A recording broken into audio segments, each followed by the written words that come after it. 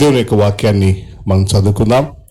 దావీదు దేవుని సంకల్పం చొప్పున తన తరము వారికి సేవ చేసి నిద్రించి తన పితరుల యొద్దకు చేర్చబడిన చాలా చక్కని అంశం మనకి ఇవ్వబడింది. ఈరోజు అలాంటి ఒక జీవితం తన తరము వారిలో ఎంతో చక్కగా సేవ చేసి జీవించిన ఒక వ్యక్తిని మనం చూస్తాం. యోహాను సువార్త 21వ అధ్యాయం.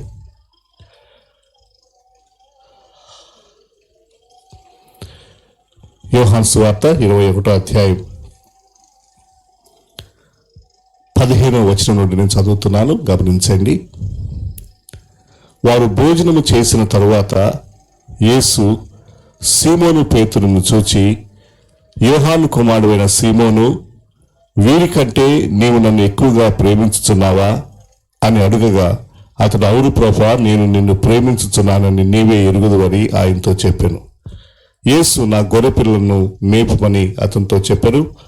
మరలా ఆయన యోహాను కుమారుడైన సీమోను, నన్ను ప్రేమించుచున్నావా అని రెండవసారి అతన్ని అడగగా, అతడు అవును ప్రభువా, నేను నిన్ను ప్రేమించుచున్నానని నీవే ఎరుగుదువని ఆయనతో చెప్పాను. ఆయన నా గొర్రెలను కాయమని చెప్పాను.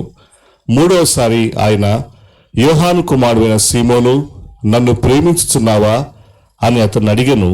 నన్ను ప్రేమించుచున్నావా అని మూడవసారి తను అడిగినందుకు పేతురు వ్యసనపడి, ప్రభువా, నీవు సమస్తము ఎరిగిన వాడువు, నిన్ను ప్రేమించుచున్నానని నీవే ఎరుగుదు అని ఆయనతో చెప్పాను. యేసు, నా గొర్రెలను మేపుము, నువ్వు ఎవరినవై ఉండినప్పుడు నీ అంతటి నీవే నడుము కట్టుకొని నీకు ఇష్టమైన చోటికి వెళ్ళుచుంటివి. నీవు ముసలివాడు అయినప్పుడు నీ చేతులు నీవు చాచుదువు, వేరొకడు నీ నడుము కట్టి నీకు ఇష్టము కాని చోటికి నిన్ను మోసుకుని పోవునని నీతో నిశ్చయముగా చెప్పుచున్నానని అతనితో చెప్పాను. ప్రార్థన చేద్దాం. పరిశుద్ధుడైన మా తండ్రి, నీ కృపగలిగినటువంటి సన్నిధి మీరు మాకు అనుగ్రహించినందుకే నీకు వందనాలు. నీ పరిశుద్ధమైనటువంటి జీవము కలిగినటువంటి నీ మాటలను గత 3 దినాలు జీవాహారంగా మాకు అనుగ్రహించినందుకు నీకు స్తోత్రాలు. మాకు అవసరమైనటువంటి వర్తమానాన్ని, సందేశాన్ని మీరు మాకు ఇచ్చారు. భవిష్యత్తు కొరకై, రానున్నటువంటి సంవత్సరాలు, రానున్నటువంటి దినాల కొరకై మీరు మమ్మల్ని సిద్ధపరుస్తూ ఉన్నటువంటి విధానం కొరకు కూడా నీకు వందనాలు చెల్లిస్తూ ఉన్నాం. మా తండ్రి, మా ప్రభువా, ఈ రాత్రి మా అందరినీ కూడా నీ యొక్క వాక్యానికి అప్పగించుకుంటూ మీ మాటలు మీరు మాకు అనుగ్రహించమని ప్రార్థన చేస్తూ ఉన్నాం. ప్రభువా, మమ్మల్ని మీ చేతులకు అప్పగిస్తూ ఉన్నాం. సమస్తాన్ని మీ ఆధీనంలోకి మీరు తీసుకొని ప్రభువా, మీ యొక్క నామము మహిమపరచబడలాగున నీ కృప దయచేయమని వేడుకుంటూ క్రీస్తు ప్రభువు వారి ఘనమైన నామం పేరిట ప్రార్థించి వేడుకుంటున్నాం మా తండ్రి. ఆమేన్, ఆమేన్. యేసుక్రీస్తు ప్రభువు వారు ఆ పునరుద్ధానం అవడము మనం సువార్తలో చదువుతాం. యేసుక్రీస్తు వారి యొక్క జననము గురించి, యేసుక్రీస్తు వారు జన్మించాడు అనేటువంటి వివరాలు సువార్తల్లో మనకు 4 సువార్తలు ఉన్నాయి కదా, మత్తయి, మార్కు, లూకా, యోహాను. ఈ 4 సువార్తల్లో 2 సువార్తల్లోనే డీటెయిల్గా మనకు ఉన్నది. మత్తయి సువార్తలో యేసుక్రీస్తు వారు జన్మించిన విధానము, ఆయన జనన విధం ఎట్లనగా అనేది ఉన్నది. లూకా సువార్తలో ఇంకా చక్కగా డీటెయిల్గా వివరంగా ఈ 2 సువార్తల్లో యేసుక్రీస్తు వారి యొక్క పుట్టుక గురించి రాశారు 4 సువార్తికులు. కానీ యేసుక్రీస్తు వారు తిరిగి లేవడం గురించి మాత్రం, ఆయన మరణాన్ని, సమాధిని గెలిచి లేచినటువంటి విషయం మాత్రం 4 సువార్తికులు రాశారు. మత్తయి రాశాడు, మార్కు రాశాడు, లూకా రాశాడు, యోహాను కూడా రాశాడు.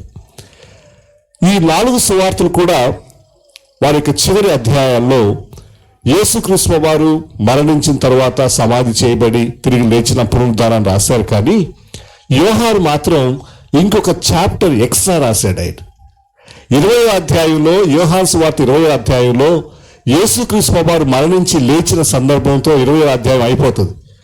నిజానికి యోహాను సువార్తకి 20 అధ్యాయాలే ఉండాలి. మిగిలిన సువార్తికుల్లాగా మత్తయి, మార్కు, లూకా లాగా వాళ్ళందరూ కూడా చివరి అధ్యాయం ఏంటంటే పునరుద్ధానం గురించి. ఆదివారం ఉదయాన్న వాళ్ళందరూ సమాధి దగ్గరికి వెళ్తే యేసుక్రీస్తు అందులో సమాధిలో లేడు, ఆయన తిరిగి లేచాడు. ఆ రిజరెక్షన్ అనేటువంటి యేసుక్రీస్తు పునరుద్ధానము, యేసుక్రీస్తు వారు తిరిగి లేచాడు, ఆయన సమాధి ఖాళీగా ఉంది, ఆయన ఎవరు కూడా ఆయన సమాధిని ఆపలేరు, ఆయన సమాధిలో ఉంచలేరు అనేటువంటి సత్యం సువార్థికులు చాలా బలంగా తయారు చేశారు. నిజానికి దాని గురించి కొంచెం మనం ఆలోచన చేస్తే, యేసుక్రీస్తు వారు మరణించిన తర్వాత ఆ మాటకు వస్తే చాలామంది పెద్ద పెద్ద నాయకులు, ప్రపంచంలో చాలా ఫిలాసఫర్స్, నాయకులు అనేటువంటి వాళ్ళు, ఉద్యమాన్ని తీసుకొచ్చిన వాళ్ళు, అలాంటి వాళ్ళు లోకంలో చాలామంది ఉన్నారు. వాళ్ళ యొక్క ఉద్యమాలు కానీ, వాళ్ళ యొక్క ఫిలాసఫీస్ కానీ అవన్నీ మరణంతో ఆగిపోయినాయి, వాళ్ళ సమాధితో ఆగిపోయాయి. వాళ్ళు చనిపోయిన తర్వాత లెటెస్ట్ ఒక 5 సంవత్సరాలు, 10 సంవత్సరాలు, మహా అయితే ఒక 100 సంవత్సరాలు, ఒక 200 సంవత్సరాలు వాళ్ళ గురించి మాట్లాడుకున్నారు. వాళ్ళు చెప్పేటువంటి బోధలు కొంతమంది వెంబడించారు. ఆ తర్వాత వాళ్ళ చరిత్రలో కనుమరుగైపోయారు. వాళ్ళ గురించి పెద్దగా ఎవరికి తెలియదు. ఇంకా చెప్పాలంటే, ఒక దేశంలో ఉన్నటువంటి నాయకుడు ఆ దేశానికి, ఫర్ ఎగ్జాంపుల్ మహాత్మా గాంధీ ఉన్నారనుకోండి, మన దేశానికి, భారతదేశానికి ఆయన చాలా ప్రాముఖ్యమైన వ్యక్తి. స్వాతంత్రాన్ని తీసుకురావడంలో కష్టపడినటువంటి వ్యక్తిగా ఆయన పేరు మనకు తెలుసు. సో మహాత్మా గాంధీ ఖచ్చితంగా భారతదేశంలో ఒక గొప్ప వ్యక్తినే, నో డౌట్. ఆయన గురించి ఒకవేళ ఆయన చనిపోయిన తర్వాత 100, 200, 300, 400 సంవత్సరాలు జ్ఞాపకం చేసుకుంటారు. ఆ తర్వాత నెమ్మదిగా వాళ్ళు కనుమరుగైపోవడం, వాళ్ళ యొక్క జ్ఞాపకాలని ప్రజలు నెమ్మదిగా మర్చిపోవడం జరుగుతుంది. ఎందుకంటే తర్వాత వేరే కొంతమంది వస్తారు. మహా అయితే ఆ దేశంలో, వాళ్ళు ఏ దేశానికి చెందినవారో ఆ దేశంలో ఆ నాయకులు గురించి మాట్లాడతారు. అమెరికా దేశం అనుకోండి, జాన్ మార్టిన్ కింగ్ అని ఒక ఆయన ఉన్నాడు. ఆయన చాలా గొప్ప ఉద్యమకారుడు. ఈ బ్లాక్స్ అనేటువంటి వాళ్ళు, నీగ్రోస్ అనేటువంటి వాళ్ళు, బ్లాక్ పీపుల్, అమెరికా దేశంలో ఈ వైట్కి బ్లాక్కి చాలా సమస్య ఉండేది. అయితే బ్లాక్ పీపుల్ కూడా, మేము కూడా మిగిలిన వాళ్ళలాగే మామూలు వాళ్ళం అని చెప్పడానికి ఆయన చాలా పోరాడాడు. సో అమెరికా దేశంలో తప్పనిసరిగా జాన్ మార్టిన్ కింగ్ అనేటువంటి వ్యక్తిని, లూథర్ కింగ్ అనేటువంటి వ్యక్తిని ఆయన వాళ్ళు జ్ఞాపకం చేసుకుంటారు. అది వాళ్ళ దేశం మట్టికే. మన భారతదేశంలో ఆయన గురించి ఎవరు పెద్ద మాట్లాడరు. అలాగే మహాత్మా గాంధీ గురించి చైనా దేశంలో పెద్దగా మాట్లాడకపోవచ్చు ఒకవేళ. కానీ యేసుక్రీస్తు ప్రభువారి గురించి, యేసుక్రీస్తు ప్రభువారు ఇప్పటికీ జన్మించి మరణించి 100, 200, 300, 500 సంవత్సరాలు కాదు, 2000 సంవత్సరాలు అయ్యింది. యేసుక్రీస్తు ప్రభువారు మన భారతదేశంలో పుట్టలేదు ఆయన, లేదంటే చైనా దేశంలో పుట్టలేదు ఆయన, అమెరికా దేశంలో పుట్టలేదు. కానీ ప్రపంచంలో ఉన్నటువంటి అన్ని దేశాల్లో కూడా దాదాపుగా మెజారిటీ నేషన్స్ అన్నీ కూడా యేసుక్రీస్తు ప్రభువారి గురించి మాట్లాడుతూ ఉన్నాయి. 2000 సంవత్సరాల తర్వాత కూడా యాజ్ ఇఫ్ ఆయన నిన్ననే జన్మించాడు అన్నట్టుగా, నిన్ననే మొన్ననే ఇక్కడే ఉన్నాడు అన్నట్టుగా యేసుక్రీస్తు ప్రభువారి గురించి అంతగా ప్రపంచమంతా మాట్లాడుకుంటా ఉన్నారు. That is the kind of influence that the lord Jesus had on the human history. మానవ చరిత్రలో, మానవ చరిత్ర మీద, ప్రపంచ దేశాల మీద యేసుక్రీస్తు ప్రభువారి యొక్క ప్రభావం, యేసుక్రీస్తు ప్రభువారిని వెంబడించేటువంటి వారు, యేసుక్రీస్తు ప్రభువారిని ప్రేమించేటువంటి వారు, అవసరమైతే ఆ యేసుక్రీస్తు ప్రభువారి కోసం ప్రాణం పెట్టడానికి కూడా సిద్ధమయ్యేటువంటి వారు ప్రపంచ దేశాల్లో, అన్ని దేశాల్లో ఉన్నారు. ఎందుకనంటే యేసుక్రీస్తు ప్రభువారు చేసిన బోధలు, యేసుక్రీస్తు ప్రభువారు చేసిన క్రియలు అది కొంతకాలానికి, కొంత ప్రాంతానికి పరిమితమైనవి కావు. ఈవెన్ ఆఫ్టర్ హిస్ డెత్, ఆయన మరణం తర్వాత కూడా ఆయన గురించి మాట్లాడుతూ ఉన్నాం. దానికి కారణం ఏంటంటే ఆయన మరణాన్ని గెలిచి లేచినటువంటి దేవుడు. పునరుద్ధానము అనేటువంటిది, రిజరెక్షన్ అనేటువంటిది. మొన్ననే ఈ మధ్య మనం ఈస్టర్ సెలబ్రేట్ చేసుకున్నాం, గుడ్ ఫ్రైడే, ఈస్టర్. ఈస్టర్ అంటే యేసుక్రీస్తు ప్రభువారు మరణంలో నుండి, సమాధిలోంచి గెలిచినటువంటి విషయాన్ని జ్ఞాపకం చేసుకుంటూ అదొక పెద్ద పండగ ఈస్టర్ని మనము సెలబ్రేట్ చేసుకుంటా ఉన్నాం. బహుశా ఆ కారణం చేత నిజానికండి యేసుక్రీస్తు ప్రభువారు చనిపోయినప్పుడు ఆయన సమాధి చేశారు. ఆయన పెట్టినటువంటి గుహకు ఒక పెద్ద రాయి దొర్లించారు. రోమా సైనికులు దానికి కాపలా కాస్తా ఉన్నారు. మీరు ఒకవేళ ప్రపంచ చరిత్ర చదివితే Roman soldiers are one of the most powerful soldiers. వాళ్ళ ఆర్మీ రోమ్లో ఉన్నటువంటి 2000 సంవత్సరాల క్రితము రోమా సామ్రాజ్యంలో ఉన్నటువంటి వాళ్ళ మిలిటరీ శక్తి, military power one of the best in the world. ప్రపంచంలో అంతకంటే మించినటువంటి పవర్ఫుల్ ఆర్మీ, రోమన్స్కు ఉన్నటువంటి ఆర్మీ మిగిలిన ఏ దేశానికి లేదు. రైట్? అలాంటి సైనికులు ఆయన సమాధికి వెలుపల కాపలా కాస్తున్నారు, ఆయన బయటికి రాకుండా చూడాలని. అయితే మనందరికీ తెలిసిన విషయం ఏంటంటే, ఆదివారం ఉదయాన్న కొంతమంది స్త్రీలు అక్కడికి వెళ్ళేసరికి ఆ రాయి దొర్లించబడి ఉంది, యేసుక్రీస్తు వారి యొక్క దేహం అక్కడ లేదు. యేసుక్రీస్తు వారి దేహం అక్కడ లేదు, ఆ రాయి దొర్లించబడింది. పునరుద్ధాన శక్తి ఎదుట, జాగ్రత్తగా వినండి, పునరుద్ధాన శక్తి ఎదుట ఏ శక్తి కూడా, ఏ అధికారం కూడా, ఏది కూడా నిలవలేదు. That is the power of resurrection. అలాంటి ఒక పునరుద్ధానమైనటువంటి ప్రభువుని, మరణించి సమాధిలో ఉన్నటువంటి ప్రభువుని మనం ఆరాధించడం లేదు. మరణాన్ని, సమాధిని గెలిచి లేచినటువంటి సజీవుడైనటువంటి వాణిని మనం ఆరాధిస్తా ఉన్నాం. ఈ రోజున మనం ఇంత చక్కగా ఇక్కడ కూర్చొని ఈ గ్రౌండ్స్లో ఈ సమావేశం చేసుకుంటున్నామని అంటే దానికి కారణం ఏంటనంటే, మనం ఆరాధించే దేవుడు, మనం పూజిస్తున్నటువంటి దేవుడు, మనం పాటలు పాడుకుంటున్న దేవుడు, ఆయన సజీవుడు. He's alive, he's risen. ఆయన లేచాడు. సజీవుడైన వారిని మీరు మృతుల్లో ఎందుకు వెతుకుతున్నారు? ఆయన హీఈస్ నో మోర్ డెడ్. ఆయన చనిపోయినాడు కాదు, ఆయన చనిపోయాడు కానీ తిరిగి లేచాడు. గుర్తుపెట్టుకోండి దయచేసి. ఈ యొక్క విశ్వాసము, ఈ యొక్క దేవుని యొక్క కృప, దేవుని యొక్క శక్తి మనకి ఎల్లప్పుడూ 2024 వరకు తోడుగా ఉన్నటువంటి దేవుడు. ఆయన రాకడ ఒకవేళ ఆలస్యమైతే, అది ఎన్ని సంవత్సరాలు ఒకవేళ కొనసాగినా, ఆ దేవుని శక్తి, దేవుని ప్రభావం మనకు తోడుగా ఉంటుంది. అయితే ఆయన శిష్యులు యేసుక్రీస్తు వారు మరణించిన తర్వాత వాళ్ళు డిస్కరేజ్ అయిపోయారు. ఎందుకు డిస్కరేజ్ అయ్యారంటే, వాళ్ళ నాయకుడు, వాళ్ళ ప్రభువు ఆయన్ని సమాధి చేశారేంటి, ఆయన చనిపోయాడేంటి? మరి కొంతమంది అడుగుతూ ఉంటారు, ఆయన దేవుడైతే దేవుడిని ఎలా చంపేస్తారండి, దేవుడిని ఎలా సమాధి చేస్తారు అని డౌట్ వచ్చిందనమాట. అలాగే శిష్యులకు కూడా పాపం, అప్పటి వరకు ఆయన్ని వెంబడించినటువంటి శిష్యులు, ఇంక్లూడింగ్ పేతురు, మరణం అయిన తర్వాత, యేసుక్రీస్తు వారి యొక్క మరణం తర్వాత డిస్కరేజ్ అయిపోయాడు, నిరుత్సాహపడి అరే మన మన మన ప్రభు చనిపోయాడు, ఆయన్ని సమాధి చేశారు, ఇంకేముంది అని అనుకొని చేపలు పట్టడానికి వెళ్ళాడు. ఆయన వృత్తి ఏంటంటే, ఆయన ఇంతకుముందు ఏం పని చేసేవాడు అని అంటే చేపలు పట్టుకునేటువంటి వాడు. ఆ చేపలు పట్టుకునేటువంటి పరిస్థితుల్లో యేసుక్రీస్తు వారు ఒకసారి ఆయన్ని కలుసుకొని, నాయనా పేతురు, నువ్వు ఇంక చేపలు పట్టే అవసరం లేదు, నువ్వు నన్ను వెంబడించు, నేను నిన్ను మనుషులు పట్టే జాలరుగా చేస్తాను, నువ్వు చేపలు పట్టే జాలరుగా ఉండాల్సిన అవసరం లేదు, నీ ప్రొఫెషన్ని విడిచిపెట్టు, నీ వృత్తిని విడిచిపెట్టు, నువ్వు వచ్చి నన్ను వెంబడించు, నేను నీకు ఇంకొక కొత్త ఉద్యోగం ఇస్తున్నాను. ఆ ఉద్యోగం ఏంటనంటే మనుషులు పట్టేటువంటి ఉద్యోగం. ఇక్కడ ఒక చిన్న విషయం మీకు జ్ఞాపకం చేస్తాను.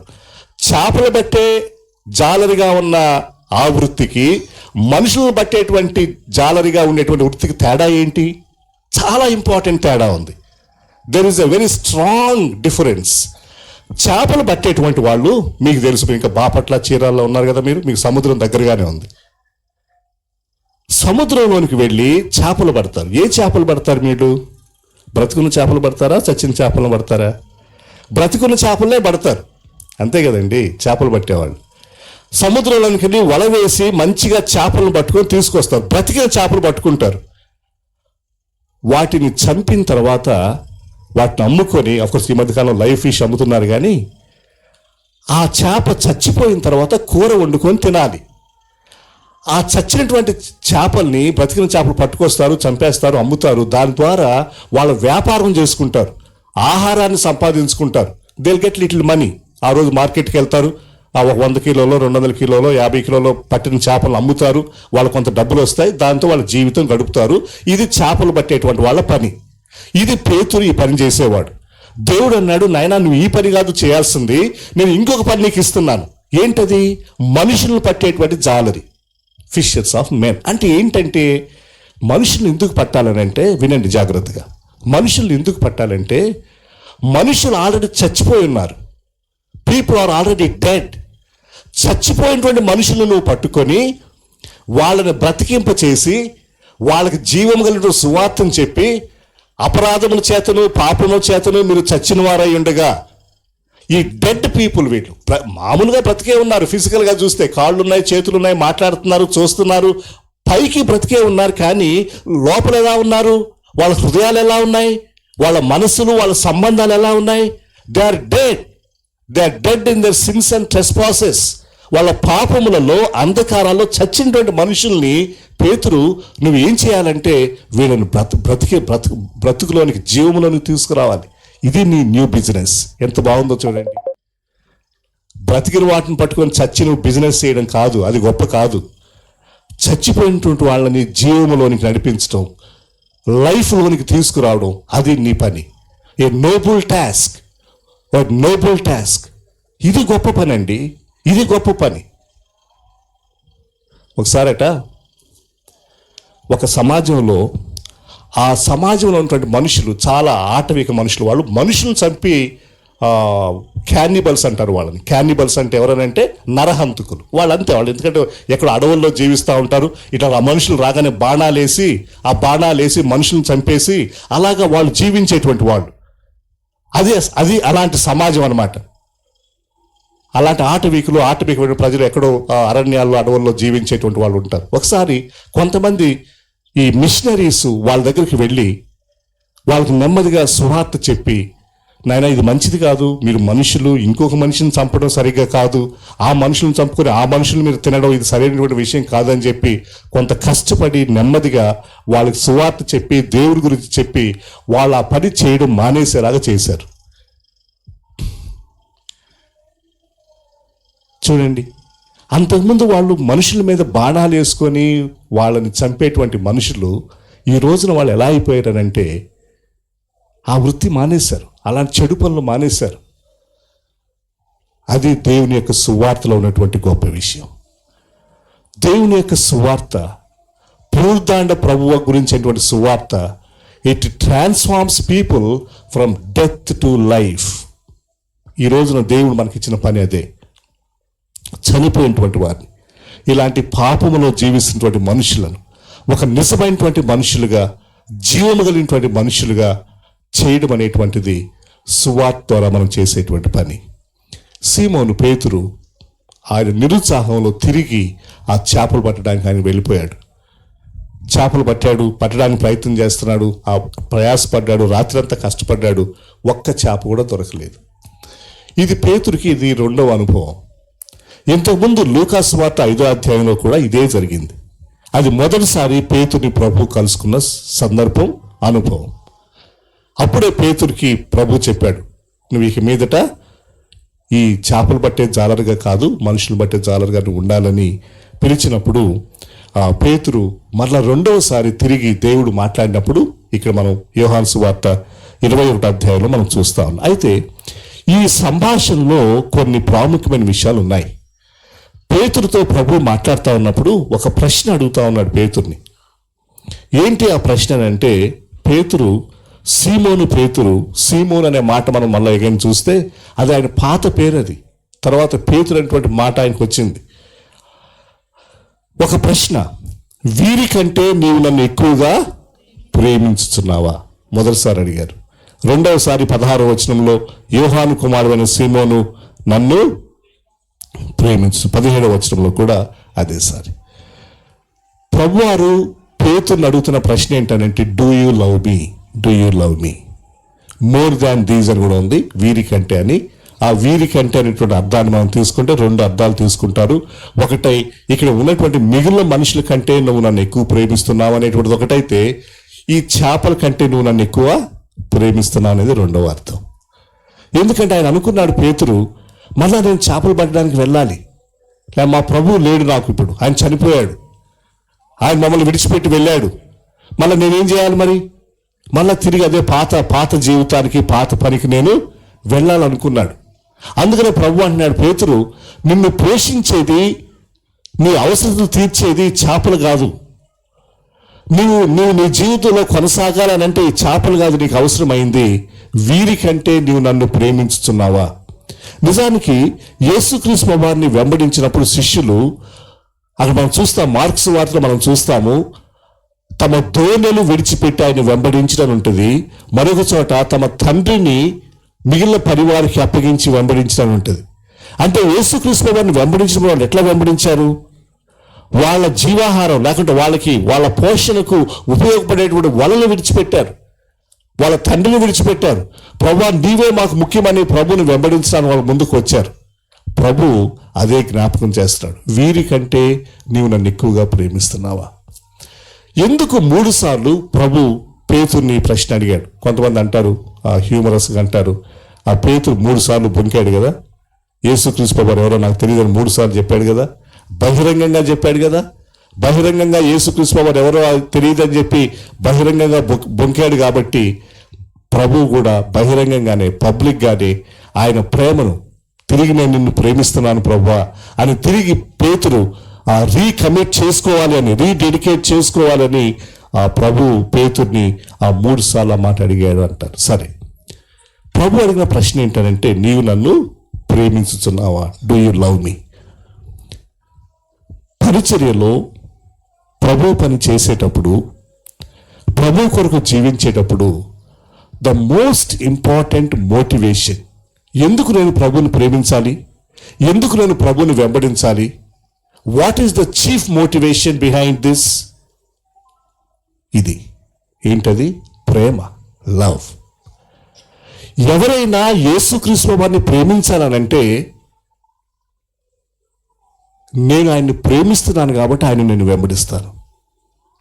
ఆయన మీద నాకున్న ప్రేమను బట్టి, ఆయన మీద నాకున్నటువంటి ప్రేమను బట్టి మాత్రమే నేను ప్రభుని వెంబడిస్తాను. అగైన్ నేను హడ్సన్ టేలర్ గురించి నేను మీకు ప్రతిరోజు జ్ఞాపకం చేస్తా ఉన్నాను. ఆయన చైనాలో దేవుని సేవ చేసిన వ్యక్తి. ఆయన పరిచయం కోసం కొంతమంది రిక్రూట్ చేసుకునేవాడట. రిక్రూట్మెంట్, స్టాఫ్ని రిక్రూట్ చేస్తారు కదా. అయితే ఆయన అలాగా మిషనరీస్ని, సేవకులను రిక్రూట్ చేసుకునేటువంటి సమయంలో, తన పరిచయం తీసుకునేటువంటి సమయంలో ఒక ప్రశ్న అడిగేవాడట ఆయన. మీరు ఎందుకు మిషనరీ సేవకు వస్తున్నారు? మీరు ఎందుకు దేవుని సేవ కోసం ఈ చైనా దేశానికి వస్తున్నారు? కారణం ఏంటి? మిమ్మల్ని ఎవరు ప్రోద్బలం చేస్తూ ఉన్నారు? మిమ్మల్ని ఎవరు మోటివేట్ చేస్తున్నారు? ఎందుకు వస్తున్నారు? చాలామంది చాలా రకాల ఆన్సర్స్ చెప్పేవారు. ఆయన ఏ ఆన్సర్ కొరకు చూసేవాడనంటే, ఏది కరెక్ట్ సమాధానం అని ఆయన అనుకునేవాడనంటే, నేను ప్రభువుని ప్రేమిస్తున్నాను కాబట్టి ఆ ప్రభు సేవ చేయాలనుకుంటున్నాను. ఏమిటి వినండి ఈ రాత్రి, any other reason is not the right reason. యేసుక్రీస్తు వారిని వెంబడించడానికి ముఖ్య కారణం ఏంటంటే, it must be love. It must be love. నేను ఒక మాట అన్నాను, యేసుక్రీస్తు వారిని గత 2000 సంవత్సరాలుగా ప్రపంచ దేశాల్లో అనేక దేశాల వాళ్ళు అనేక చోట్ల ప్రభుని వెంబడించేటువంటి వాళ్ళు ఉన్నారు. ఎందుకో తెలుసండి? యేసుక్రీస్తు వారిని అంతమంది ఎందుకు వెంబడిస్తున్నారు? కారణం ఏంటి? ఎందుకంటే ఆయన యొక్క ప్రేమ కారణం. ఆయన యొక్క ప్రేమ కారణం. ఆయన ఎవరిని బలవంతం చేయడు వెంబడించమని. మీరు నన్ను వెంబడించండి, లేకపోతే నేను మిమ్మల్ని చంపేస్తాను అని అన్నాడు ఆయన. నీకు ఇష్టమైతే ఆయన వెంబడించు. నేను నిన్ను ప్రేమిస్తున్నాను, నువ్వు నన్ను కూడా ప్రేమపూర్వకంగా నువ్వు నన్ను ప్రేమిస్తే నువ్వు నన్ను వెంబడించు. పేతురు, నీవు నన్ను ప్రేమించుతున్నావా? ఈ రాత్రి ఇది చివరి సందేశం. ఈ 2024 రిట్రీట్స్కి we are concluding our meetings today. Of course రేపు ఆరాధన ఉంటుంది, ఆదివారం. మనం అందరం కూడా ఒక ప్రశ్నకు సమాధానం చెప్పాలి. ప్రభు అడిగేటువంటి ప్రశ్న ఏంటనంటే, నీవు నన్ను ప్రేమిస్తున్నావా? నీ హృదయాల్లో, నీ గుండెల్లో ప్రభు పట్ల ప్రేమ ఉందా? ప్రేమ ఉంటే ఏం జరుగుతుందో తెలుసండి? ప్రేమ ఉంటే, ప్రేమతో సేవ చేసేటువంటి వాళ్ళు ఒకలాగుంటారు, ప్రేమ లేకుండా సేవ చేసే వాళ్ళు ఇంకొకలాగుంటారు. ప్రేమ లేకుండా పనిచేసే వాళ్ళు డ్యూటీ బౌండ్గా చేస్తారు. వాళ్ళు అది డ్యూటీ, 9 o'clock నుంచి 5 o'clock వరకు డ్యూటీ చేయాలి, అంతే డ్యూటీ. ప్రేమతో పనిచేసే వాళ్ళు డ్యూటీగా చేయరు. అది వాళ్ళ life. It is their life. They are living for that. అది 5 o'clock తర్వాత కూడా అది కొనసాగుతూనే ఉంటుంది. దానికి టైం ఉండదు. It is not a duty bound work. ఎందుకంటే ప్రభు పట్ల మన హృదయంలో ప్రేమ ఉంది. ఈరోజు ఒక ప్రశ్న అడుగుదాం, నీ హృదయంలో దేవుని పట్ల ఎంత ప్రేమ ఉంది? How much do you love him?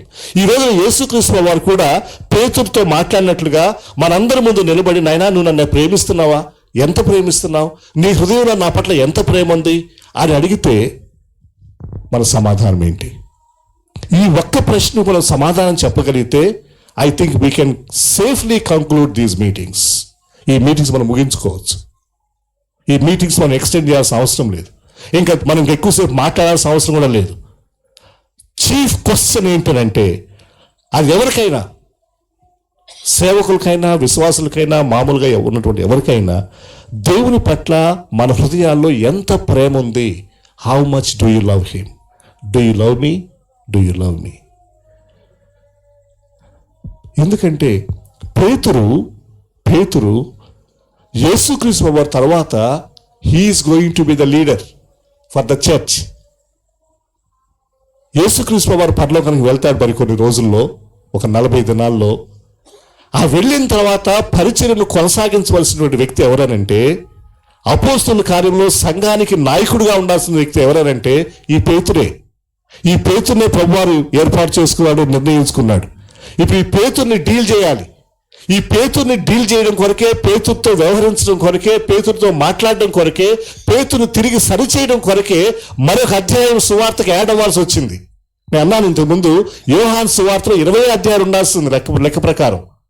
మిగిలిన అన్ని సువార్తల్లో లాగా మిగిలిన అందరి సువార్తకులు కూడా పునరుద్ధానం సన్నివేశంతో ముగించేశారు వాళ్ళ గాస్పుల్స్ని, వాళ్ళ గాస్పుల్ అకౌంట్ని క్లోజ్ చేశారు. కానీ యోహాను మాత్రం ఇంకొక చాప్టర్ యాడ్ చేశాడు. ఎందుకు యాడ్ చేశాడనంటే because of Peter.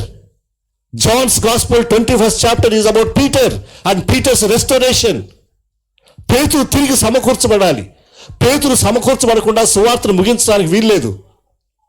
Peter, I love you, I want you, I need you. అయితే నీ రెస్టోరేషన్, నువ్వు తిరిగి సమకూర్చబడము, నువ్వు తిరిగి మళ్ళీ వెనక్కి రావడం దేని మీద ఆధారపడి ఉంటుంది అంటే నీ ప్రేమ మీద ఆధారపడి ఉంటుంది. నువ్వు నన్ను ప్రేమిస్తే చాలు, ఈ ప్రశ్నకు నువ్వు సరైనటువంటి సమాధానం చెప్తే చాలు, we can close the account here. మళ్ళీ అపోస్తుల కార్యం ప్రారంభిద్దాం, సంఘాన్ని ప్రారంభిద్దాం, సంఘాన్ని కొనసాగిద్దాం. కాకపోతే సంఘాన్ని ప్రారంభించక ముందు, సంఘాన్ని కొనసాగించక ముందు this issue has to be settled. ఈ ఇష్యూని మనం సెటిల్ చేయాలి. ఏంటది? పేతురు ప్రభువుని ప్రేమించటం. మనం 2 దినాలుగా పేతురు పత్రికలు ధ్యానం చేస్తూ ఉన్నాం. మొదటి పత్రిక, 2వ పత్రిక. ఆ 2 పత్రికలు నేను సారిసారికి చెప్తూ వచ్చాను. పేతురు యేసుక్రీస్తు వారితో ఉన్నటువంటి సంబంధాన్ని ఆధారం చేసుకొని, యేసుక్రీస్తు వారితో తనకున్న అనుభవాలను ఆధారం చేసుకొని ఆ 2 పత్రికలు రాశాడు ఆయన. షెపర్డింగ్ అంటే ఏంటో తెలుసు ఆయనకి. ఎందుకంటే యేసుక్రీస్తు వారు షెపర్డింగ్ ఎలా చేశాడో పేతురుకు తెలుసు.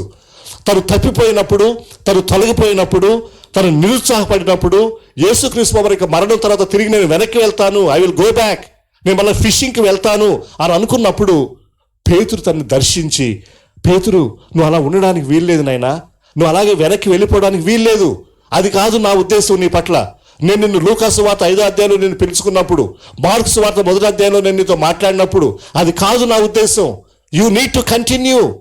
నీవు ఈ విశ్వాసంలో, ఈ భక్తిలో, నీ ప్రేమలో నువ్వు కొనసాగించాలి. నువ్వు అలా వెనక్కి వెళ్ళడానికి వీల్లేదు. దయచేసి వినండి, మనం సారిసారికి ఇదే మాట్లాడుతూ ఉన్నాం. యోనా గ్రంథాన్ని గురించి మాట్లాడుకున్నప్పుడు, యోనా తప్పిపోయినప్పుడు, యోనా బ్యాక్ స్లైడ్ అయినప్పుడు, యోనా ప్రభుని విడిచిపెట్టి వెళ్ళినప్పుడు యోనాను దేవుడు విడిచిపెట్టాడా? విడిచిపెట్టాడమ్మా, విడిచిపెట్టాడు.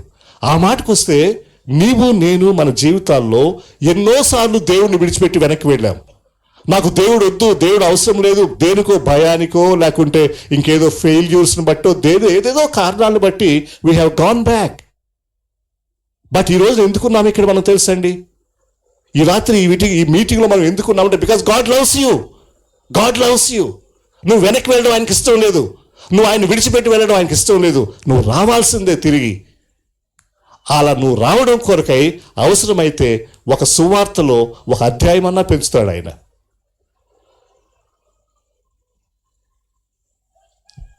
ఇక్కడ ఒక విషయం కూడా చదువుతాము. పేతురట చేపలు పట్టాలి అని వెళ్ళాలని నిర్ణయించుకున్నాడట. ఇక మిగిలిన 6 శిష్యులు అక్కడ ఉన్నారు, వాళ్ళ పేర్లు కూడా ఇక్కడ ఉన్నాయి. వాళ్ళు అన్న పేతురు అన్న నువ్వు వెళ్తున్నావు కదా, మేము నీతో వస్తామన్నారట. మొత్తం 7 కలిసి చేపలు పట్టడానికి వెళ్ళారు. ఈ 6 గురించి మనం కొంచెం మాట్లాడదాం. ఏంటి వీళ్ళ పరిస్థితి? ఇప్పుడు పేతురు తప్పు మాట్లాడాడు. ఏమని? నేను చేపలు పట్టడానికి వెళ్తాను, నా పాత జీవితానికి వెళ్తాను, ఓల్డ్ లైఫ్లోకి వెళ్తాను, ఓల్డ్ ప్రొఫెషన్కి వెళ్తాను అని అంటే మిగిలిన వాళ్ళు ఏం చేయాలి? అక్కడ యోహాను కూడా ఉన్నాడు అక్కడ. వాళ్ళు ఏమనాలి? అన్నా అట్లా చేయొద్దన్నా, అది మంచిది కాదన్నా, మనం వెనక్కి వెళ్ళడం ఏంటి, ముందుకే వెళ్ళాలి కానీ వెనక్కి ఎందుకు వెళ్ళాలి అని అనాలి. వాళ్ళు అనలేదు. నేను దీని గురించి ఏం ఆలోచించాను తెలుసండి?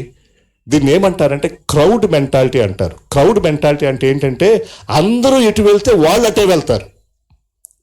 అర్థమవుతుందా మీకు?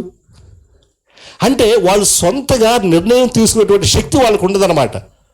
లేదు పేతురు what you are saying is wrong, నువ్వు చేసేటువంటి పని తప్పు, అలా చేయడానికి వీల్లేదు, మనం మళ్ళీ చేపలు పట్టడానికి వెళ్ళొద్దు, మనం ముందుకే వెళ్దాం, ప్రభువుని వెంపడిద్దాం అని అనడం లేదు వాళ్ళు. పేతురు, నువ్వు చేపలు పట్టడానికి వెళ్తావా, మేము కూడా నీతోనే వస్తాం. ఈ క్రౌడ్ మెంటాలిటీ చాలా సమస్య అండి. ఐ విల్ ఎక్స్ప్లెయిన్, ఇదేంటో మీకు చెప్తాను. అగైన్ నేను చేపల ఎగ్జాంపుల్ తీసుకుంటున్నాను. చేపలు సముద్రంలో, నదిలో ఎట్లా ఈదుతాయండి? ప్రవాహం, నీరు ఇలా ప్రవహిస్తూ ఉందనుకోండి, నీటి ప్రవాహం ఇలా ఉంది, చేపలు ఎలా ఈదుతాయి? ప్రవాహం ఎలా వెళ్తుందో అలాగే వెళ్తాయా, లేదంటే ప్రవాహానికి వ్యతిరేకంగా కూడా వెళ్ళగలుగుతాయా? వినండి, చేపలు నీళ్లు ఇక్కడి నుంచి ఇటు ప్రవహిస్తూ ఉంటే చేపలు ఇక్కడి నుంచి ఇక్కడికి ఈదగలవు, ఇక్కడి నుంచి ప్రవాహానికి ఎదురుగా ఈదగలవు.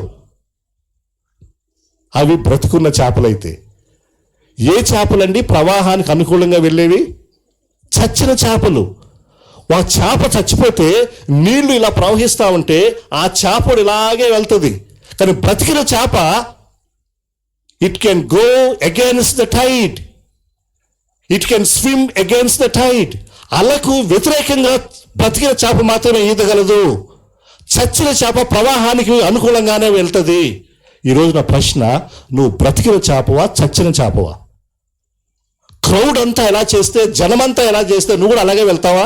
లేదా జనమంతా ఎలా వెళ్ళినా నాకు పర్వాలేదు, నేను జనానికి వ్యతిరేకంగా కూడా వెళ్ళగలను, ప్రవాహానికి ఎదురుగా నేను ఈదగలను, because I'm a live fish, I'm not a dead fish. ఈరోజు మన విశ్వాసము బ్రతికిన విశ్వాసంగా ఉండాలి, జీవము కలిగిన విశ్వాసంగా ఉండాలి. ఇంకొక ఉదాహరణ చెప్తాను.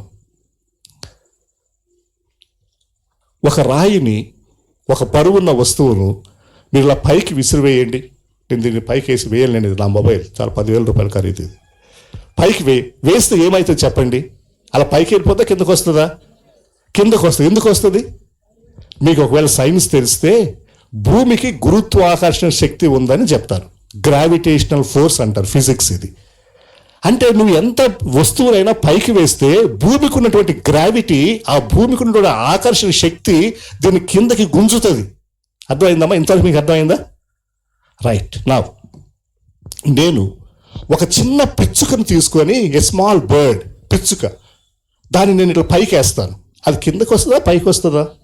ఎందుకు? దాని మీద భూమి గురుత్వాకర్షణ శక్తి పనిచేయడం లేదా? ఎర్త్కు ఉన్నటువంటి ఆ గ్రావిటీ పవర్ ఈ పిచ్చుక మీద పనిచేయట్లేదా? పనిచేస్తుంది. ఆ పిచ్చుకకు ఈ మొబైల్ ఫోన్కి తేడా ఏంటంటే, ఈ mobile phone is a dead matter, it's a dead material, దీంట్లో లైఫ్ లేదు. పిచ్చుక చిన్నదైనా దానికి జీవం ఉంది. ఆ జీవము కలిగిన పిచ్చుక పైకి ఎగరగలుగుతుంది. భూమికి ఉన్నటువంటి గురుత్వాకర్షణ శక్తిని చేంజ్ చేసుకొని అబవ్ అండ్ బియాండ్ ఆ పిచ్చుక ఎగరగలుగుతుంది. ఈరోజు నా దేవుని బిడ్డగా నీవు, నేను జీవం కలిగినటువంటి వారం. We are not dead people, we are living people. And so నువ్వు ఏ ఆకర్షణకు లోనైనా, ఎలాంటి ప్రభావానికి లోనైనా నువ్వు పైకి ఎగరాలే కానీ చచ్చిన చేపలాగా ప్రవాహంతో పాటు కొట్టుకోకపోకూడదు. దయచేసి వినండి. You need to learn to swim against the tide. అలకు వ్యతిరేకంగా ఈదటం నేర్చుకోవాలి. అదే క్రైస్తవుడు, అదే దేవుని బిడ్డ. అలా చేయడానికి అవసరమైనటువంటి జీవాన్ని దేవుడు మనకిచ్చాడు. ఆయన నేను మొదటి నుంచి ఒకటే మాట అంటున్నాను, ఆయన పునరుద్ధానమైనటువంటి ప్రభు. ఆయన పునరుద్ధానమైనటువంటి ప్రభు కాబట్టి మరణాన్ని, సమాధిని, ఆ రోమా ప్రభుత్వాన్ని, రోమా అధికారాన్ని జయించి పైకి వచ్చాడు కాబట్టి ఈ రోజున పునరుద్ధానమైనటువంటి సజీవుడైనటువంటి ప్రభువుని మనం ఆరాధిస్తూ ఉన్నాం. ఈ రోజున నీవు, నేను ఆ విశ్వాసములో ముందుకు సాగాలి.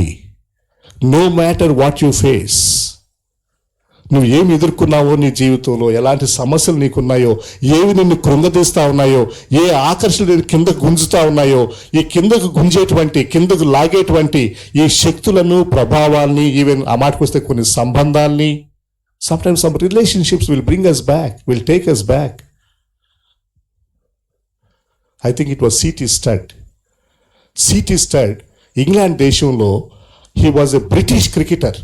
ఆల్మోస్ట్ ఇప్పుడు కాదండి, దాదాపు 100 years పై. నిజంగానే ఆయన వాళ్ళ కంట్రీ తరపున, వాళ్ళ దేశం తరపున క్రికెట్ ఆడేటప్పుడు మన ఇండియాలో సచిన్ టెండూల్కర్ ఇలాంటి గొప్ప, ఇలాంటి విరాట్ కోహ్లీ ఎలాగ మంచి క్రికెటరు నేషనల్ క్రికెట్ టీంలో ఉండేవాళ్ళు. సిటీ స్టడ్ కూడా ఇంగ్లాండ్ దేశానికి క్రికెటర్గా ఉండేవాడు ఆయన. చాలా డబ్బులు వచ్చాయి. కానీ ఆయన నిర్ణయించుకున్నాడు, నేను దేవుని కొరకు జీవించాలి, దేవుని సేవ చేయాలి, నేను ఒక సేవకుడిగా మారాలి, నేను ఒక మిషనరీగా వెళ్ళాలి. ఇండియాకి చైనాకి వచ్చాడు ఆయన మిషనరీగా. అక్కడ లండన్ నుండి, ఇంగ్లాండ్ నుండి భారతదేశం ఉన్నటువంటి బిడ్డలకు సువార్త చెప్పాలనే ఉద్దేశంతో ముందు చైనా వచ్చాడు, తర్వాత ఇండియాకి వచ్చాడు. ఆయనకున్నటువంటి ఆస్తి అంతా కూడా క్రికెట్ ఆడడంలో ఆయనకు వచ్చినటువంటి హ్యూజ్ మనీ, ఆ డబ్బులు ఈజీగా వదిలేశాడు. నాకు ఈ డబ్బులు అవసరం లేదు అనుకున్నాడు.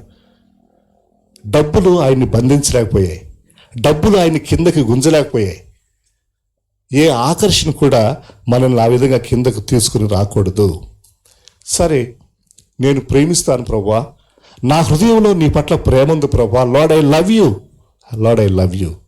నేను దేనికి లోబడను, దేనికి లొంగిపోను, దేనికి నేను వెనక్కి వెళ్ళను, నేను నిన్ను ప్రేమిస్తాను అన్నప్పుడు పేతురుతో ప్రభు చెప్పిన మాట ఏంటి?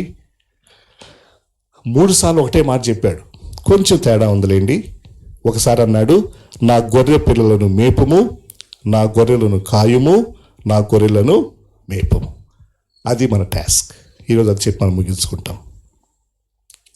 దేవుడు మనకిచ్చినటువంటి పని ఏంటనంటే, the task that the Lord has given us, feed my lamb, నా గొర్రెలను కాయుము, నా గొర్రెలను మేపము. మనందరము బాధ్యత కలిగినటువంటి వాళ్ళం. మనం పేతురు పత్రికలో మాట్లాడుతూ కూడా షెపర్డింగ్ గురించి మాట్లాడుకున్నాం. మనకు దేవుడు ఇచ్చినటువంటి పని ఏంటనంటే, గొర్రెల కాపరులుగా మనకి దేవుడు పని అప్పగించాడు. We are the shepherds. ఆయన మెయిన్ షెపర్డ్, ఆయన గొర్రెలకు మంచి కాపరి. ఆ గొర్రెలకు మంచి కాపరిగా, గొర్రెల కాపరిగా ఉండేటువంటి బాధ్యత మనకు దేవుడు ఇచ్చాడు. సో షెపర్డింగ్ అనేటువంటిది, షెపర్డింగ్, గొర్రెల యొక్క కాపరులుగా మనం ఈ లోకంలో జీవించాలి. నేను మొన్న అన్నాను, అంటే గొర్రెల కాపరిగా ఉండడం అంటే అది పొజిషన్ కాదు, లేదంటే అది డిజిగ్నేషన్ కాదు. That's a ministry. అంటే డిజిగ్నేషన్, పొజిషన్ అంటే అది పదవులు అనమాట. ఇప్పుడు నా పేరు తర్వాత నాకు ఒక పదవి ఉంటుంది, డైరెక్టర్ అని ఉంటుంది, లేకుంటే హెడ్ మాస్టర్, లేకుంటే ఇంకేదో. అవి డిజిగ్నేషన్స్.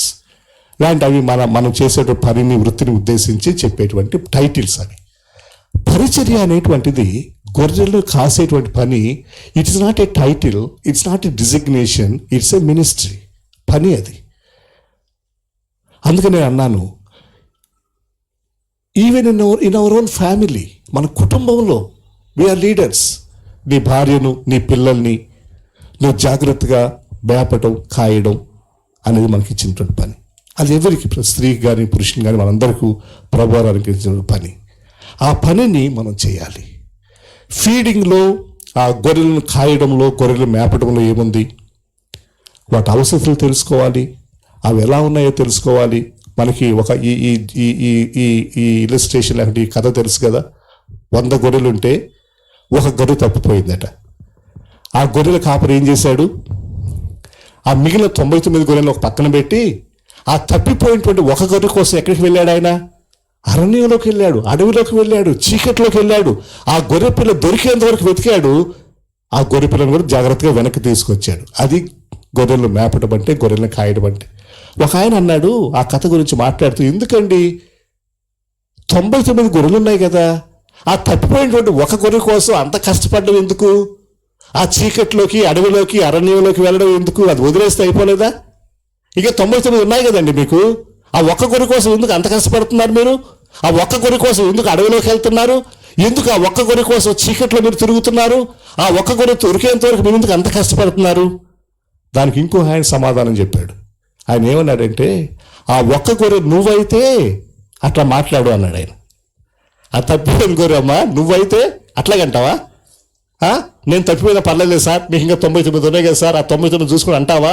అనవు. ఎందుకంటే నువ్వు అడవిలో ఉన్నావు, నువ్వు అరణ్యంలో ఉన్నావు, నువ్వు చీకట్లో ఉన్నావు, నువ్వు ఒంటరితనంలో ఉన్నావు. అప్పుడు నీ యొక్క ఆక్రందన ఏంటంటే, if somebody can come and rescue me, help me. అదండి గొర్రెలను కాయడంలో, గొర్రెలు మేపటంలో ఉన్నటువంటి పరిచయలో ఉన్న ప్రత్యేకత.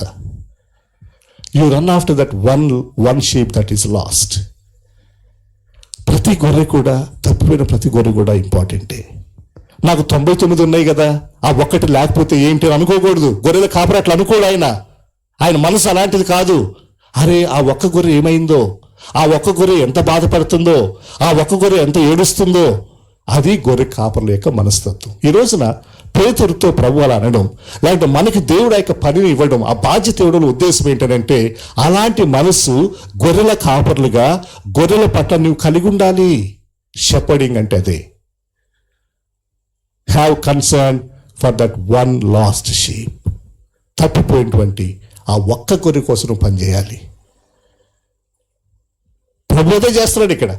ప్రభు అదే ఎగ్జాంపుల్ చేస్తున్నాడు. ఆయన తప్పిపోయిన ఒక్క పేతురు కోసం, అఫ్కోర్స్ మిగిలిన 6 కూడా కడలేండి, వాళ్ళు కూడా ఇంపార్టెంటే, కానీ మెయిన్ పేతురు ఇక్కడ.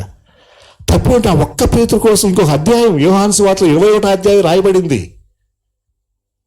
అమ్మ, నీ కోసం నా కోసం దేవుడు ఎన్ని అధ్యాయాలన్నా రాయడానికి ఇష్టపడుతున్నాడు. నీవు తిరిగి రావాలి, నువ్వు ఆ పనిని కొనసాగించాలి. ఈ 18వ వచనంలో ప్రభువు చెప్పాడు, నాయనా పేతురు, నీ లైఫ్ కూడా అదే జరుగుతుంది. నువ్వు చేయగలంత వరకు చేయాలి. ఒక టైం వస్తుంది, అప్పుడు నువ్వు చేయలేవు. నేను చేతులు కాళ్ళు కట్టి వేరే వాళ్ళు తీసుకెళ్తారు, అక్కడ నువ్వు వెళ్ళాల్సి వస్తుంది. కానీ నువ్వు మాత్రం వెలుగు ఉన్నంత వరకు ఆయన కార్యాలు చేయాలి. వెలుగు ఉన్నంత వరకు మనం దేవుని కొరకు పనిచేయాలి. దేవుని కార్యాలు మనం చేస్తూ ఉండాలి. దేవునిలో మనము కొనసాగుతూ ఉండాలి. ఆయన రాకడి వరకు దేవుడు మనకిచ్చిన పనిని మనం కొనసాగించడం, అవసరమైతే ఆ పని కోసం మనం ప్రాణాలు పెట్టడం కూడా ప్రాముఖ్యమే. నేను మీ జ్ఞాపకం చేశాను, పేతురు మరణించేటువంటి సమయం వచ్చేసరికి ప్రభువుని మీరు నిలువుగా సిలువ వేశారు, నన్ను తలకిందులుగా సిలువ వేయమని కోరుకొని ప్రభు కొరకు అలా ఎలా మరణించగలిగాడు మనకి చరిత్రలో తెలుసు. అనేక మంది ప్రభు కొరకు ప్రాణం పెట్టడానికి ఇష్టపడ్డారు. నేను మార్నింగ్ విలియం టిండేల్ గురించి చెప్పాను. విలియం టిండేల్ బైబిల్ని ట్రాన్స్లేట్ చేస్తున్నప్పుడు అక్కడ ఉన్నటువంటి నాయకులు ఆయన పట్టుకొని ఆయన ఒక గుంజకు కట్టేసి ఆయన మీద పెట్రోల్ పోసి ఆయన కాల్చేశారు. చరిత్ర మనకి ఏం చెప్తుందంటే, ఆయన ఆ విధంగా తగలబడతా ఉన్నప్పుడు దేవుని స్తుతిస్తూ పాటలు పాడుకుంటూ సంతోషంగా చనిపోయాడట. ఎందుకు చేశాడు చెప్పండి? విలియం టిండేల్ ఎందుకు అలా మరణించాడు? పేతురు ఎందుకు అలా మరణించారు? అనేక మంది మిషనరీలు, సేవకులు వాళ్ళ ప్రాణాన్ని కూడా దేవుని కోసం ఎందుకు పెట్టుకున్నారు? Because they love their God.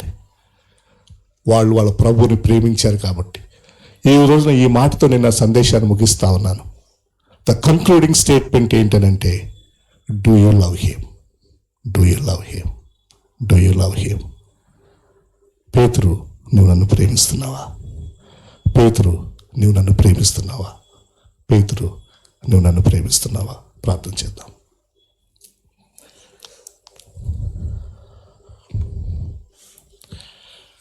ఒక్క మాట ప్రభువుకి చెప్పి ప్రభు అడిగినటువంటి ప్రశ్నకు మనం సమాధానం చెప్తాం. ప్రభు మనకి ఇచ్చిన బాధ్యతను మనం కొనసాగించుతాం. మా తండ్రి, మా ప్రభువా, ఈ రాత్రి నీకు వందనాలు చెల్లిస్తూ ఉన్నాం. గత 3 దినాలు మేము నీ పాదాల చేత కూర్చొని వాక్యాన్ని ధ్యానించడానికి మీరు కృప చూపారు. చివరి ప్రశ్న ఒకటే ప్రభువా, అన్నీ కూడా ఇక్కడే కంక్లూడ్ అవుతా ఉన్నాయి. మేము నిన్ను ఎంతవరకు ప్రేమిస్తున్నాం, నీ పట్ల మాకు ఎంత ప్రేమ ఉంది. మీరు మాకు ఇచ్చినటువంటి ఆ గొర్రెలను కాసేటువంటి పనిలో, గొర్రెలను మేపేటువంటి పనిలో, వాటి యొక్క భద్రత, వాటి యొక్క క్షేమం, వాటి యొక్క ఎదుగుదల, మా సంఘాల్లో ఉన్నటువంటి గొర్రెలను, మా కుటుంబాల్లో ఉన్నటువంటి గొర్రెలను, మీరు మాకు అనుగ్రహించినటువంటి గొర్రెలు ఏవైతే ఉన్నాయో, మంద ఏదైతే ఉందో, ఆ మందకు మాదిరిగా ఉండడానికి, ఆ మందకు మేము ప్రభా వాటిని చక్కగా పోషించడానికి, పెంచడానికి, వాటిని మెచ్యూరిటీలోకి నడిపించడానికి కావలసిన కృప మాకు దయచేయండి. ఆ విధంగా మీ సంఘాన్ని, మీరు స్వరక్తమిచ్చి కొనుక్కున్నటువంటి మీ యొక్క సంఘాన్ని చక్కగా ప్రభా మీ కొరకు, మీ రాకడ కొరకు సిద్ధపరచడానికి కావలసిన కృప దయచేయండి. సంఘాన్ని ఎక్విప్ చేయడంలో ప్రభా నీ యొక్క కృపను మేము కోరుకుంటున్నాం. ఈ గాస్పుల్ బ్యాండ్ మినిస్ట్రీస్ కొరకు నీకు వందనాలు. మీ రాకడ వరకు ప్రభా, మీ రాకడ పర్యంతం పరిచయను వృద్ధిపరచమని, ప్రతి అవసరత అనుగ్రహించమని ప్రభా నీ కృపకు అప్పగించుకుంటూ యేసుక్రీస్తు వారి ఘనమైన నామం పేరిట ప్రార్థించి వేడుకుంటున్నాం తండ్రి. ఆమేన్.